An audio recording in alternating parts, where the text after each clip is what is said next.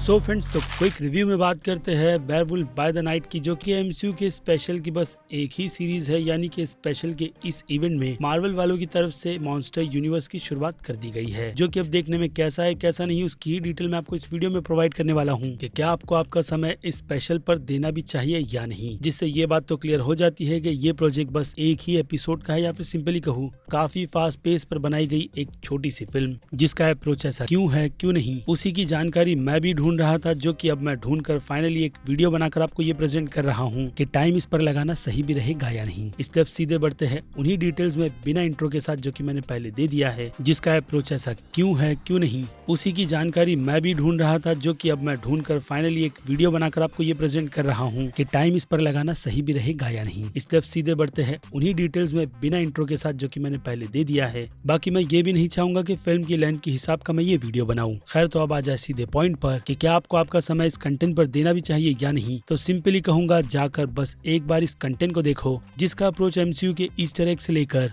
कई सारे नॉस्टैल्जिया से भरा हुआ है, खास करके उन फैंस के लिए जो लोग यूनिवर्सल के मॉन्स्टर के यूनिवर्स की कई सारी क्लासिकल ब्लैक एंड व्हाइट फिल्में देख चुके हैं, और हाँ कलर्स भी, जो आई थिंक 40s से लेकर 60s, 70s और 80s के दौर में भी चली थी। यानी कि उस टाइम पर उनकी फैन फॉलोइंग बहुत ही ज्यादा तगड़ी थी, जिसे पूरी तरीके से कंटिन्यू रखते हुए यूनिवर्सल वालों ने आज से कई साल पहले ही खुद का एक पूरा मॉन्स्टर यूनिवर्स बना लिया था, जिसके बीच बीच में उनकी तरफ से कुछ बेकार से क्रॉसओवर भी करवाए गए थे, जो कि डेफिनेटली किसी काम के नहीं थे, लेकिन फिर भी क्रॉसओवर हुआ था, ये बात तो कंफर्म है। और अब मैं आपको ये सारी की सारी डिटेल क्यों दे रहा हूँ, उसी की बात की जाए तो जो इस फिल्म के क्रिएटर है, यानी कि माइकल गियाचिनो, जिन्होंने आज से पहले ऐसा कोई भी प्रोजेक्ट नहीं बनाया है, लेकिन उनका पहला ही प्रोजेक्ट ये बात बता देता है कि वो इस पूरे यूनिवर्स के कितने बड़े डाई हार्ड फैन है और उनकी प्रेजेंटेशन कितनी ज्यादा स्ट्रॉन्ग है, जिसे शायद से ध्यान में ही रखकर एमसीयू वालों ने उन्हें एक छोटा सा मौका दिया, यही बताने का कि वो फैंस को क्या सर्व कर सकते हैं। और गेस व्हाट, वो तो मेरी नजर में पूरी तरीके से पास हुए हैं, क्योंकि जैसा उनका डायरेक्शन है उसमें उनकी लॉयल्टी उन्हीं यूनिवर्सल के पुराने यूनिवर्स से लगती है।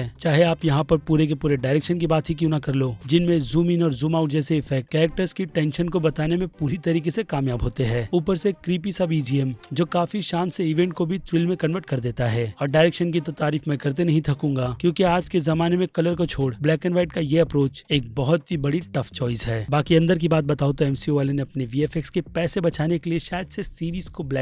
फिल्म को ब्लैक एंड व्हाइट रखा होगा। खैर, मजाक कर रहा हूँ। जिसमें हाँ एक बात तो मानी पड़ेगी कि उनके वीएफएक्स की कई सारी गलती छुप जाती है, लेकिन जब एंड में थोड़ा जो कलर का एनवायरनमेंट दिया गया है, वहाँ पर एक कैरेक्टर, चलो अभी ही कह देता हूँ कि मैन थीन का कैरेक्टर, जिसका नाम सुनकर ही हंसी आ जाती है, क्यों तो वो आपको फिल्म देखकर पता चल जाएगा, क्योंकि वो नाम इस कैरेक्टर की असल कॉमिक बुक का है, यानी कि असली ह्यूमन बीइंग कैरेक्टर, जिसे सुनने में डेफिनेटली फनी तो लगता ही है। बाकी रही बात इसकी एक और डिसअपॉइंटमेंट की, तो जिस तरीके से इसका प्रमोशन होना चाहिए था, अनफॉर्चुनेट मार्वल वालों ने वो बिल्कुल भी नहीं किया, जिससे यही बात लगती है कि मार्वल वाले इसे लेकर अब यही कह रहे हैं कि ये उनका प्रोडक्ट है ही नहीं, जो कि नो डाउट देखने से भी लगता है, क्योंकि जितनी ब्रूटलिटी जो कुछ भी हमें ब्लैक एंड व्हाइट में नजर आती है, वो ये बात तो कंफर्म कर देती है कि एमसीयू वाले मॉन्स्टर के इस यूनिवर्स में कुछ ना कुछ अलग ट्राई करने के मूड में है। और उसका पहला ही ये अप्रोच जो मून नाइट से होकर यहाँ तक पहुंचा है, उसमें जमीन आसमान का फर्क है, क्योंकि यहाँ पर एमसीयू वालों ने क्रिएटिविटी के नाम पर क्रिएटर को पूरा का पूरा फ्रीडम देते हुए यही कहा है कि उनसे जो बनता है वो बनाकर मार्वल वालों को प्रेजेंट कर दो। बाकी फैंस तो देख ही लेंगे कि एमसीयू की तरफ से इस बार किस तरीके का डिफरेंट प्रोजेक्ट निकल कर आ रहा है। बाकी रही बात कुछ लोगों की कंप्लेंट्स की कि मार्वल वाले बस ऐसे ही पैसे फेंक कर किसी भी तरीके के कंटेंट बना रहे हैं, तो हाँ वो कहीं ना कहीं सच भी लगती है, लेकिन इस प्रोजेक्ट में मैं पूरी तरीके से बिलीव करते हुए इस बात को तो भूल ही जाऊंगा, क्योंकि जैसे कि मैंने कहा अप्रोच बहुत ही ज्यादा तगड़ा है, जिसे देखकर मैं बहुत ज्यादा खुश हुआ हूँ, और कहीं ना कहीं बहुत ज्यादा डिसअपॉइंट भी, जिसकी अब अगर बात की जाए तो इस काफी रनिंग पेस में अगर एक चीज छूटती है तो वो है टाइम पर से आपकी नजर, जिसके बाद ये सीरीज आती है अपने क्विक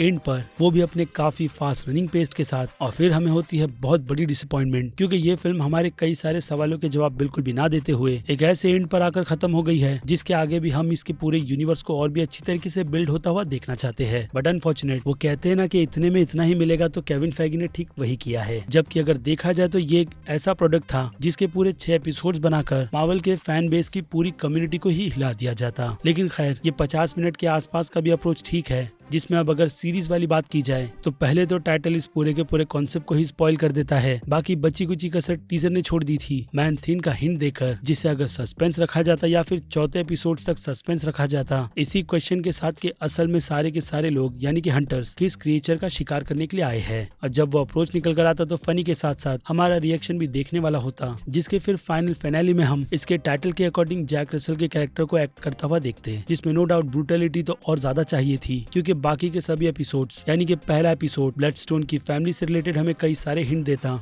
जिसमें एल्सा तक के कैरेक्टर को बहुत ही अच्छी तरीके से बिल्ड किया जा सकता था, और हाँ उसके पूरे फैमिली डायनेमिक को भी। और फिर सेकंड एपिसोड में सारे के सारे हंटर्स को उनकी बैक स्टोरी के साथ इंट्रोड्यूस करवाना चाहिए था, जिसके बाद गेम्स के रूल इसके थर्ड एपिसोड तक एक्सप्लोर किए जाते, और फिर फोर्थ एपिसोड में शुरू होता हंटर्स के मौत का वो खेल जो कि हम इस पूरी फिल्म में उस गार्डन के एक्शन सीक्वेंस में देखते हैं। और फिर बाकी के 2 एपिसोड्स की डिटेल तो मैं आपको दे ही चुका हूँ, जिससे कि ये एक बहुत ही अच्छा खासा एपिसोड बन जाता। यानी जहाँ एमसीयू वालों को जरूरत होती है वहाँ पर वो लोग बिल्कुल भी ना एफर्ट डालते हुए बस एक छोटा सा और काफी इंटरेस्टिंग प्रोजेक्ट निकाल कर सामने रख देते हैं, जिससे डिसअपॉइंटमेंट तो होगी ही, और उसका रीजन भी मैंने आपको बता दिया है। लेकिन अब इससे हटकर अगर अब इस फिल्म की पॉजिटिविटी की बात की जाए तो उससे तो ये फिल्म भरी पड़ी है, जिसके एक डायरेक्शन और बीजीएम की तारीफ मैं तो कर चुका हूँ। बाकी अब बात रही सभी एक्टर्स की परफॉर्मेंस की, तो वो भी लाजवाब है, जिस कारण से हमारा कनेक्शन किसी भी एक्टर से बिल्कुल भी नहीं टूटता। और ऊपर से सोने पे सुहागा इस छोटे से रन टाइम की फास्ट पेस की फिल्म में केमिस्ट्री दिखाने पर भी दी गई है। हाँ वही एल्सा और जैक की, जो हमें बहुत ही ज्यादा कन्विंस भी करती है कि इतने से कम टाइम में एक अच्छी खासी केमिस्ट्री भी बिल्ड की जा सकती है। और फिर जो वेयरवुल्फ की प्रोस्थेटिक को यूज करते हुए अगेन क्लासिक वेयरवुल्फ की फिल्मों को ही काफी ज्यादा ट्रिब्यूट दिया गया है, तो उसे भी देखने में काफी ज्यादा खुशी हुई, जिससे बिल्कुल भी ना छेड़छाड़ करते हुए फैंस को बहुत ही ज्यादा खुश किया गया है। बाकी अब बात रही उन लोगों की कंप्लेंट की कि किसी भी कैरेक्टर को पूरी तरीके से बिल्ड कर हमें यहाँ पर बताया नहीं गया, यानी कि उनकी बैक स्टोरी की सारी डिटेल्स, तो मुझे लगता है कि इस रन टाइम में उसकी कुछ खास ज्यादा जरूरत थी,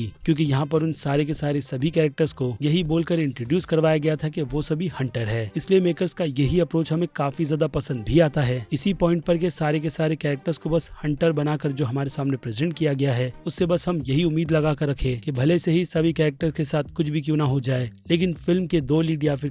3 लीड के साथ कुछ ना हो, इसी पर हमारा ज्यादा फोकस भी रहता है, जिस कारण से ये फिल्म कहीं ना कहीं प्रेडिक्टेबल भी बन जाती है कि अगर इसकी शुरुआत इस तरीके से हुई है तो एंड किस तरीके का रहेगा, जिससे अगेन मुझे पर्सनली कोई भी प्रॉब्लम नहीं, और ना ही इस पूरी छोटी सी फिल्म से है। जिसके बाद अब सीधे आ जाते हैं आई थिंक इसकी रेटिंग पर, क्योंकि ज्यादा वीडियो को लंबा कर भी कोई मतलब नहीं बनेगा। जिनमें से अब अगर बात की जाए सबसे पहले मास ऑडियंस की, तो मास ऑडियंस की नजर में बनता है A+ का, क्योंकि ये तो देखने लायक है ही, बट अनफॉर्चुनेट हिंदी में रिलीज नहीं किया गया, जिसके पीछे का रीजन तो मुझे भी नहीं पता, क्योंकि इतने छोटे से रन टाइम को अगर हिंदी में डब कर लोगों के सामने प्रेजेंट कर दिया जाता, यानी हिंदी ऑडियंस के बीच, तो हॉटस्टार वालों का कुछ जाता भी नहीं। लेकिन खैर इंग्लिश में ही सही, मुझे लगता है आपको इस शो को देखना चाहिए, जो अपने डायलॉग्स पर कम और चीजों को दिखाने में बहुत ही ज्यादा इंटरेस्टेड रखता है। इसी कारण से इसकी रन टाइम, जैसे कि मैंने कहा, आपको बिल्कुल भी फील नहीं होगी। बाकी अब बात करें क्रिटिक्स की, तो क्रिटिक्स की तरफ से इस शो